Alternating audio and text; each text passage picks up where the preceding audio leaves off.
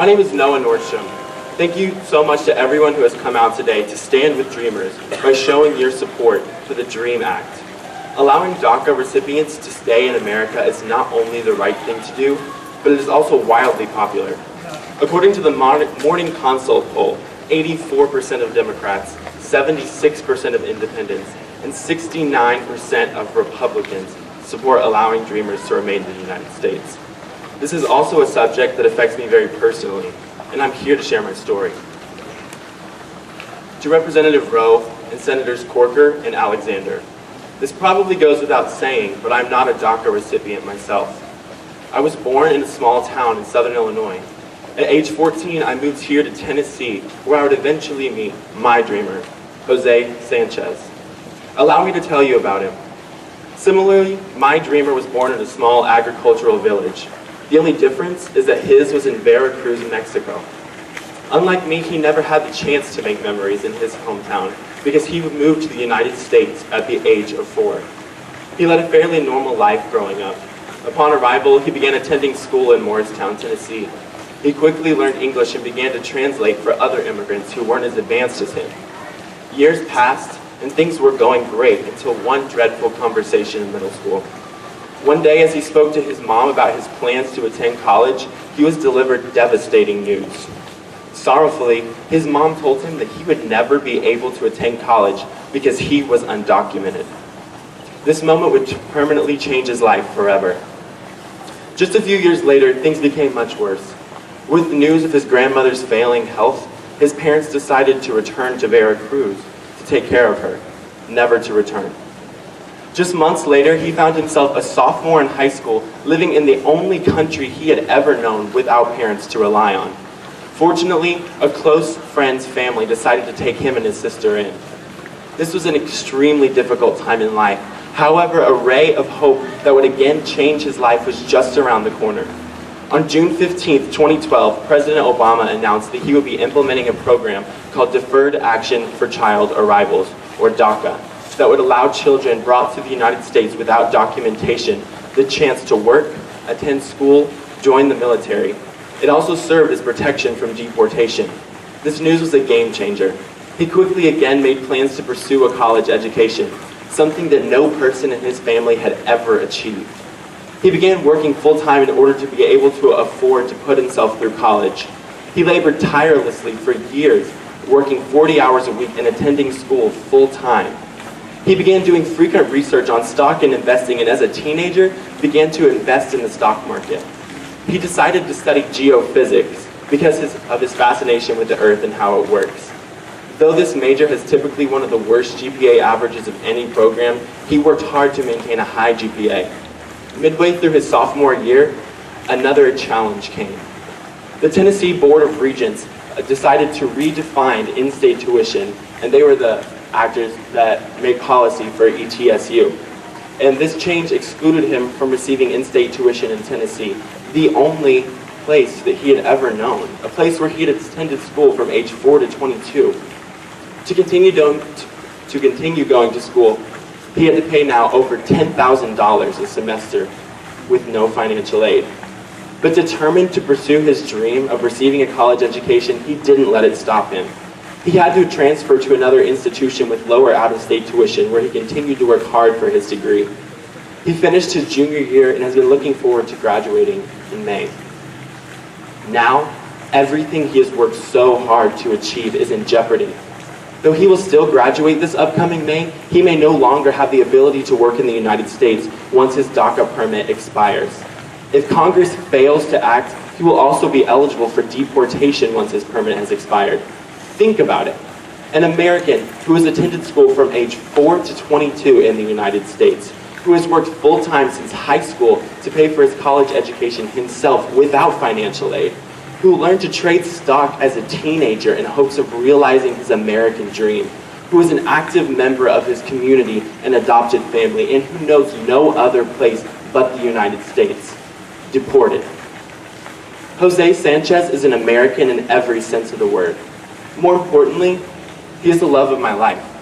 I will do anything to protect him and stay with him. When you love somebody, your fates are tied. Whatever you do to Jose, you do to me. If you choose to get rid of this great American, you lose two great Americans.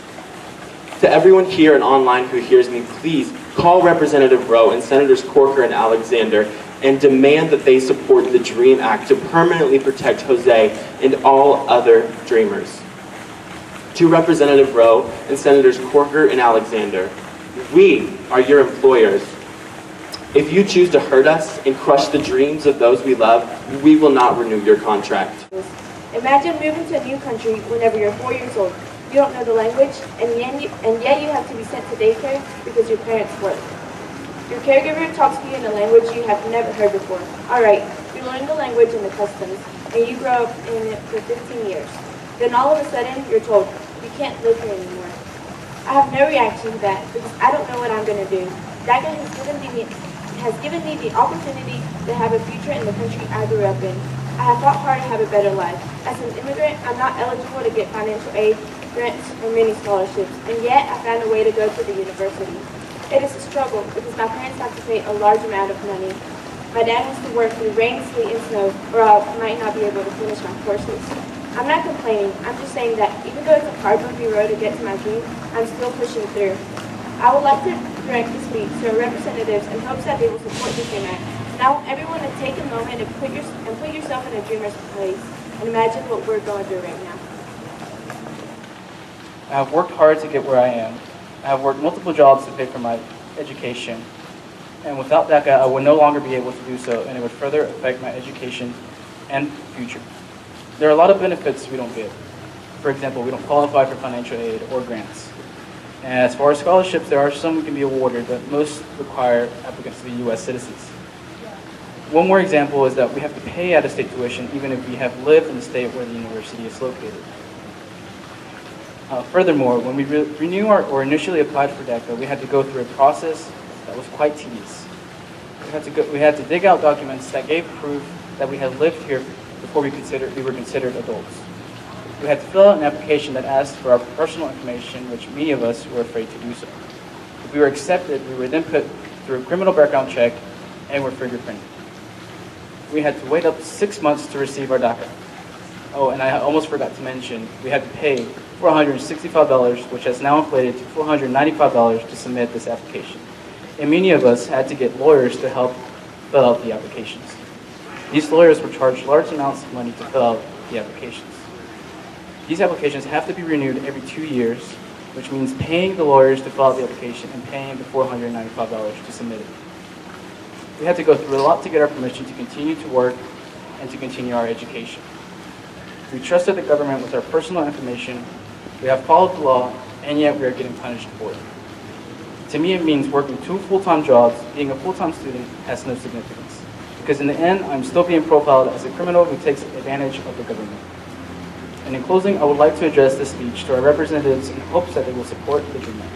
Thank you. So Noah invited me to come and talk with you today in the condition of international professor and one who works directly with the Hispanic community. Besides being a professor, I am also the director of the Language and Culture Resource Center here at ETSU. And he asked me to talk a little bit about my story, my personal story. So I've been working since I was 10 years old. I did a lot of different jobs as well, Carlos. I worked in a bank, I worked as a salesperson, I worked in a booth, in a fair, selling leather suitcases once as well for a time. That was my first job with my dad. I started teaching classes during my first semester at college, English classes at a public school. And the reason why they gave me the job is that no one else wanted to do it.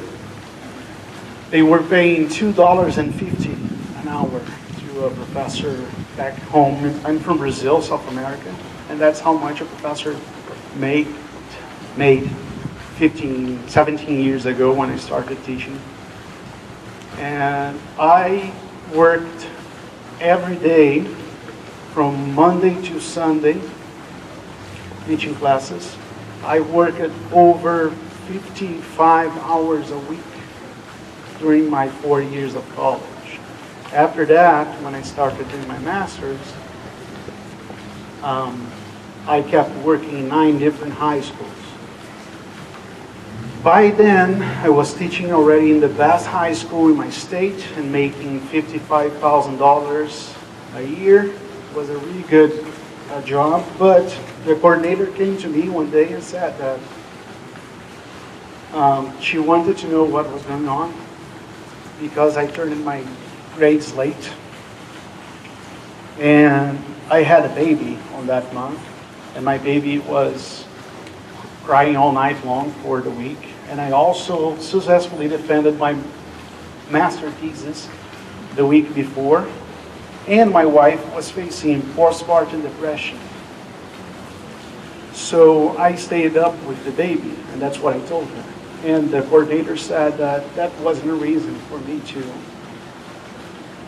terminate my grades, that my wife was on maternal leave, and that was her job to look after our baby, not mine. So I was infuriated with her answer, and I decided that I didn't want to keep working there, and that's why I came to the U.S.